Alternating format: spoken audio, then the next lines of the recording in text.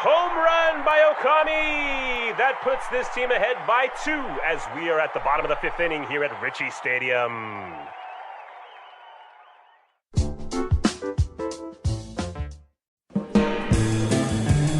Hello, English learners. Welcome back to English Pod. My name is Marco. And I'm Erica. And today we're bringing you another lesson on our sports series.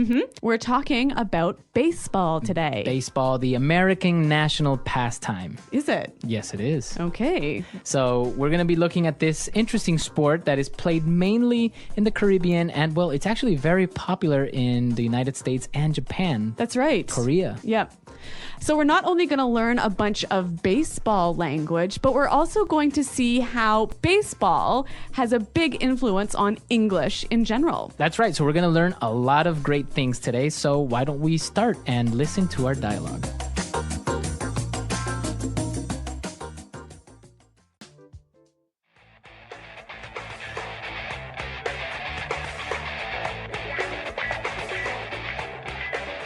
Hello, baseball fans, and welcome back to today's game.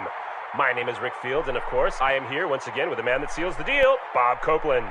It's a beautiful day to see two world-class teams face each other and fight for their right to be called champions. Well, the national anthem has just been sung, and the umpire has started the game.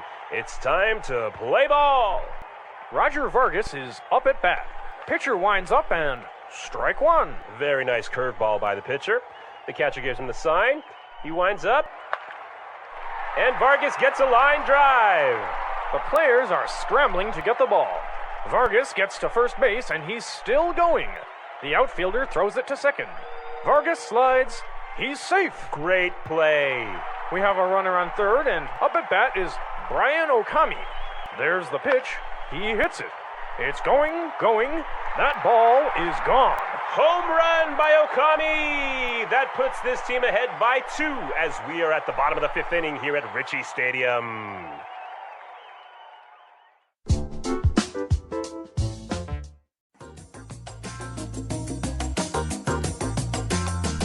All right, well, a pretty exciting game there at Ritchie Stadium. Exactly, and we have some interesting players, Roger Vargas and Brian Okami.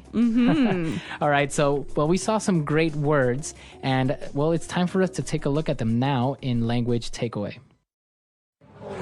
Language takeaway. Okay, we're going to look at some common sports and baseball words here. Now, the first phrase, we'll hear this almost at any sort of international sports event, right? Exactly. And it's the national anthem. National anthem. National anthem. So this is a song, right? Exactly. It's the song that you sing about your country. And many people confuse it, right? Yeah, a lot of people might say national hymn. Okay, hymn.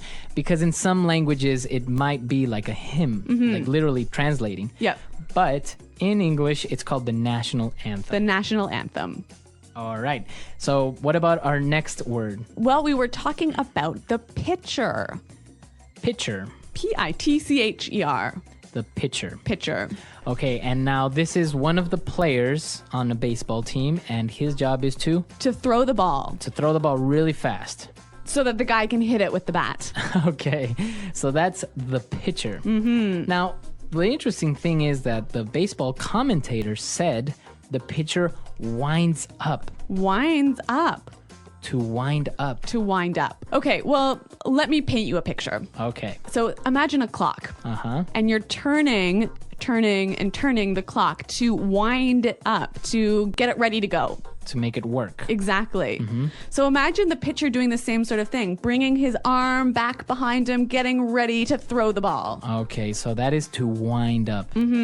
Very good. So you can use this word not only in baseball, but for other things that require you to do this action. Right, to turn something and get it ready to have lots of power. Like some toys. Yep. Or maybe like a music box. Okay. Wind up. What about our next phrase? Well, Roger Vargas hit a line drive. Line drive. Line drive. Okay, so what is a line drive? Well, it's a term from baseball, and when you hit a line drive, you hit the ball sort of low on towards the ground, and it travels along the outside of the field. Right, so the ball basically travels along the foul line. That white line. The white line, Yep. exactly. Very good. So that's a line drive. And so the players on the field were scrambling to get the ball. Scrambling. Now, we know scrambled eggs from one of our lessons. Yes, but the verb to scramble means to move quickly in a disorganized way to do something. Okay, so the players are moving very fast, trying to get the ball, but they're not doing it very well. Right. And you can use this in other ways, right? Not just in baseball. Right. For example, we can say, the people are scrambling to buy their tickets for the concert. Yeah. Or I'm going on vacation tomorrow and I'm scrambling to get everything ready. Exactly. It's a very good term that you can use also in your daily life. Exactly. All right. And what about our last word for today on Language Takeaway? Well, they were in the 5th inning of the game. Okay, so inning. Inning. All right, this is another baseball term, and it just means the period of play. Okay, so we learned, for example, that in soccer you have 2 halves. Or in hockey, you have 3 periods. All right, and in baseball you have 9 innings. Okay, great. So some interesting sports and baseball vocabulary. Now, I think it'll help us to hear this again slower. So let's listen to the dialogue.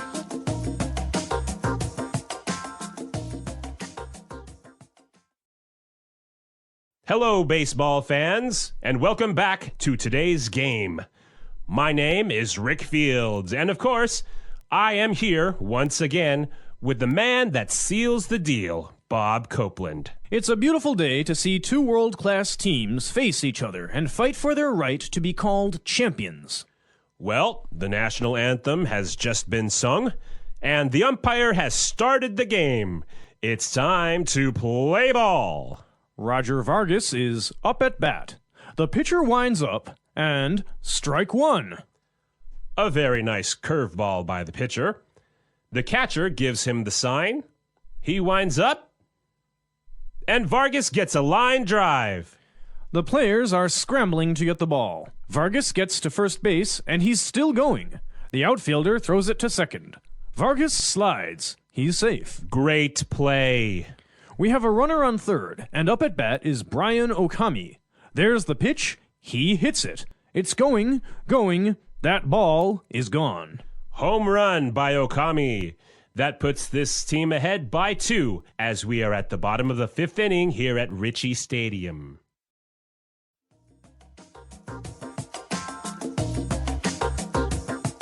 All right, so as we said, there are a lot of English terms that come from baseball, but we use them in business context or in your daily life, right? Yeah, why don't we look at those now in Fluency Builder?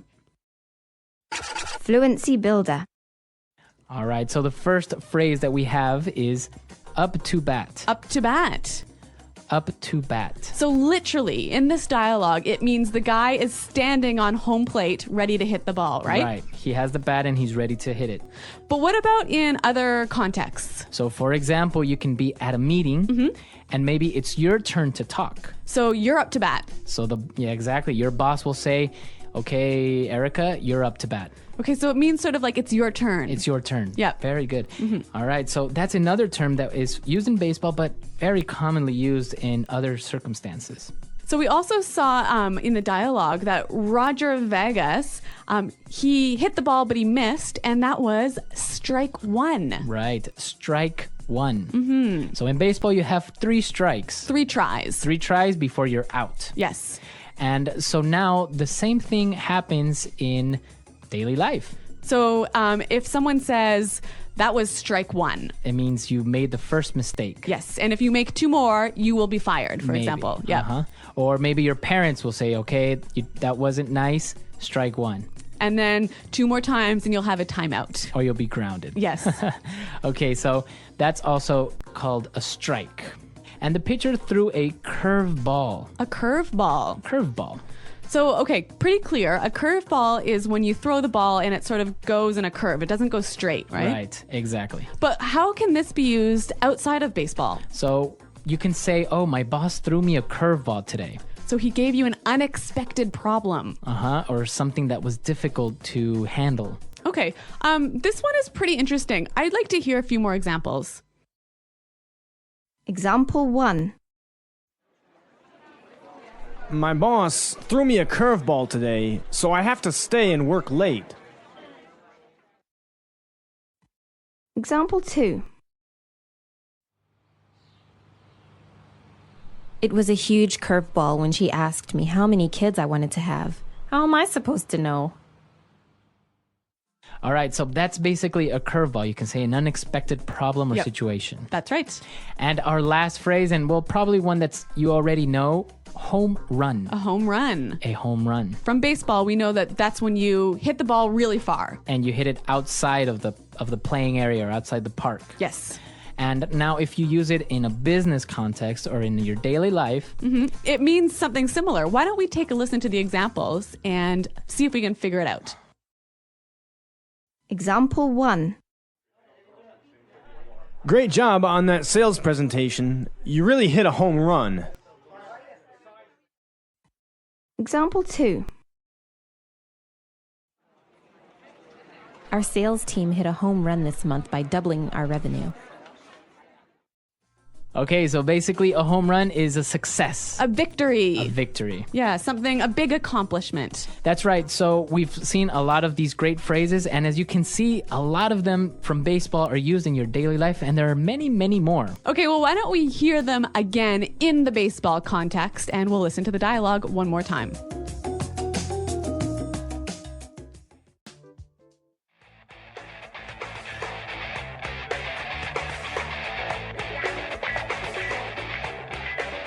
Hello, baseball fans, and welcome back to today's game. My name is Rick Fields, and of course, I am here once again with the man that seals the deal, Bob Copeland. It's a beautiful day to see two world-class teams face each other and fight for their right to be called champions. Well, the national anthem has just been sung, and the umpire has started the game. It's time to play ball. Roger Vargas is up at bat. Pitcher winds up and strike one. Very nice curveball by the pitcher. The catcher gives him the sign. He winds up, and Vargas gets a line drive. The players are scrambling to get the ball. Vargas gets to first base and he's still going. The outfielder throws it to second. Vargas slides. He's safe. Great play.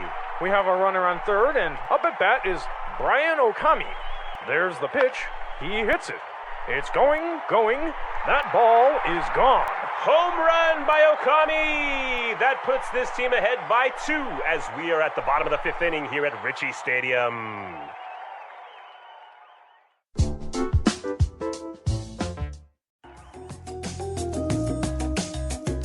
All right, so an interesting dialogue, a very interesting sport. And well, personally, I never played this as a child. Me neither, really. I don't really like it too much, but it is kind of fun to go to a game, and especially in the United States, have those hot dogs and all that stuff. Okay, yep. Well, a cultural event, a really important piece of American culture. Exactly. So, well, we encourage you to come to our website, englishpod.com. Tell us what you think, and also, of course, if you have questions or doubts, be sure to tell us. If you have any other sort of baseball-related phrases, let us know about them on the website. Okay, so we'll see you guys there. Thanks for downloading, and until next time, goodbye. Bye.